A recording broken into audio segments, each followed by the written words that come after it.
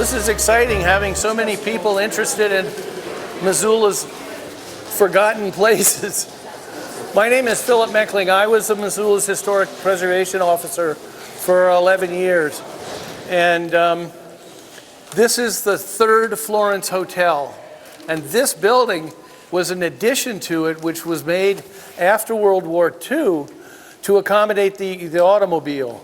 It seems like an odd thing to have to do, but some of you may know that all of a sudden people had cars after World War II, and to run a hotel without a place to park your car was an inconvenience to people. So they added this building on. There was a big elevator here in the middle, and it went up and it went down.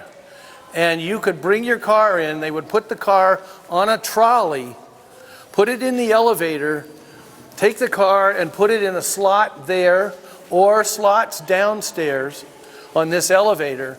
So you had a valet get your car, was put on this trolley.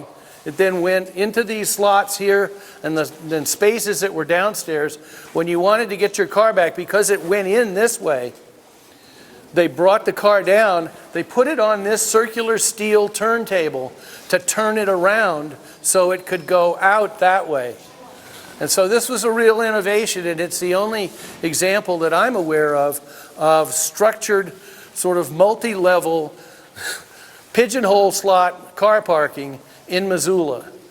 Now, the Florence Hotel itself was built by the investors in the Missoula Mercantile and the banks and insurance companies that were across the street, and in the Hammond building across here, was built to accommodate travelers who came in on, at first, one railroad. The 1883 arrival of the Northern Pacific allowed rail traffic to come in, and then later on the Milwaukee Depot.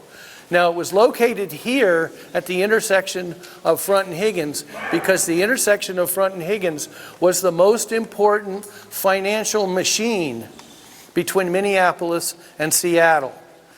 It was powerful enough because it got contracts to supply the railroad with everything from food and clothing to railroad ties.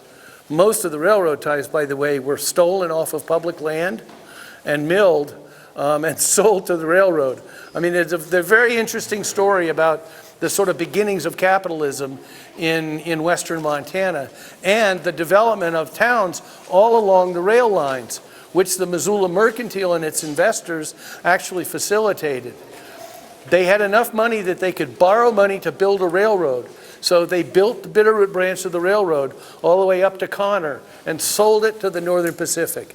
That's how much money that was sort of churned at this intersection of Higgins and Front. They controlled real estate, they controlled mining interests, they controlled lumber interests, they built the Bonner Mill, which was the most advanced lumber mill in the Pacific Northwest when it was completed, and also the first mill powered by hydropower. They actually had a small generator that ran the electric motors at the mill by damming the Blackfoot River and generating electricity there. That mill was then flooded out when William Clark built the Milltown Dam and the bigger Bonner effort that flooded both the Clark Fork River and the Blackfoot River up past the mill. So it's an interesting history. The Florence was named after Florence Hammond, A.B. Hammond's wife, and the first one was built in the 1880s. It burned. The second one was built around 1902. It burned in the mid-1930s, and it was replaced by this building, which was completed literally before the moratorium on construction at the initiation of World War II. So it was completed in 1942. Now, to construct this building, they had enough money to get it started, but they didn't have enough money to complete it as the full 6-story building. And so they crowdfunded it. What a concept. They got in merchants up and down Higgins Avenue, all of whom would benefit by having this building be completed and having other people come who would then, benefit the economic development of the downtown. So it was totally controlled and contained right here.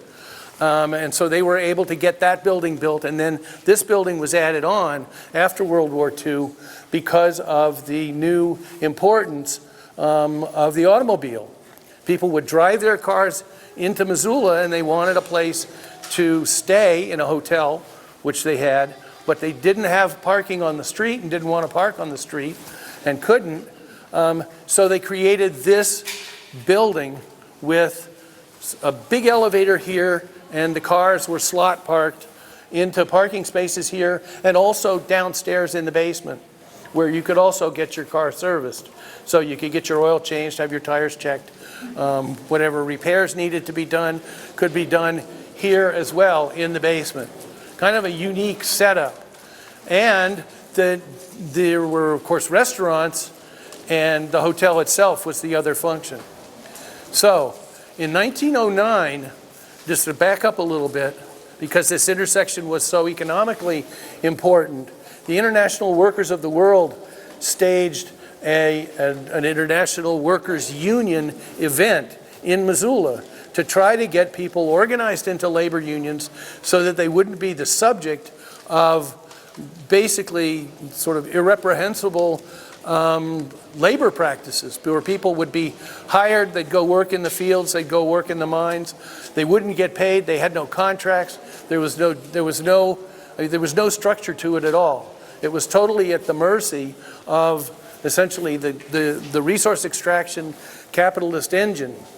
So Elizabeth Gurley Flynn, her then husband Jack Jones, and Frank Little, some of you may have heard of Frank Little's name from Butte history. He was hanged in Butte.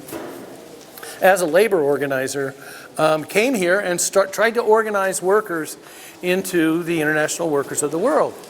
So to do that, they set up a soapbox or some kind of a box at the intersection right here of Higgins and Front, because this was where all the money was and where all the control was. And they started reading the Bill of Rights, reading the Constitution out loud, and they were arrested. When they were arrested, other people started to fill in. People came from Spokane. They came on the rails to try to keep this event going and get labor unions organized. And more were arrested. More and more demanded dinner, breakfast, and a jury trial. And before you knew it, the city of Missoula was broke. Not only that, but by arresting all these people who were peacefully demonstrating for labor unions, the story made it to the New York Times, the Wall Street Journal, and the big coast papers. And finally, the city rescinded its ordinance that prohibited people from blocking the sidewalk and speaking in public, and everybody went home.